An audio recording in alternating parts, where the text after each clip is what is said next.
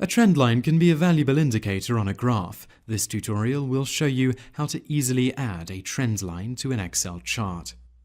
Open Excel and make sure you have a graph with some data included.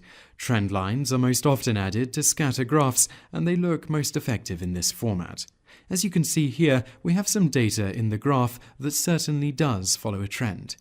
Right-click on any one of the points in the graph, and in the menu that appears, click Add Trend Line.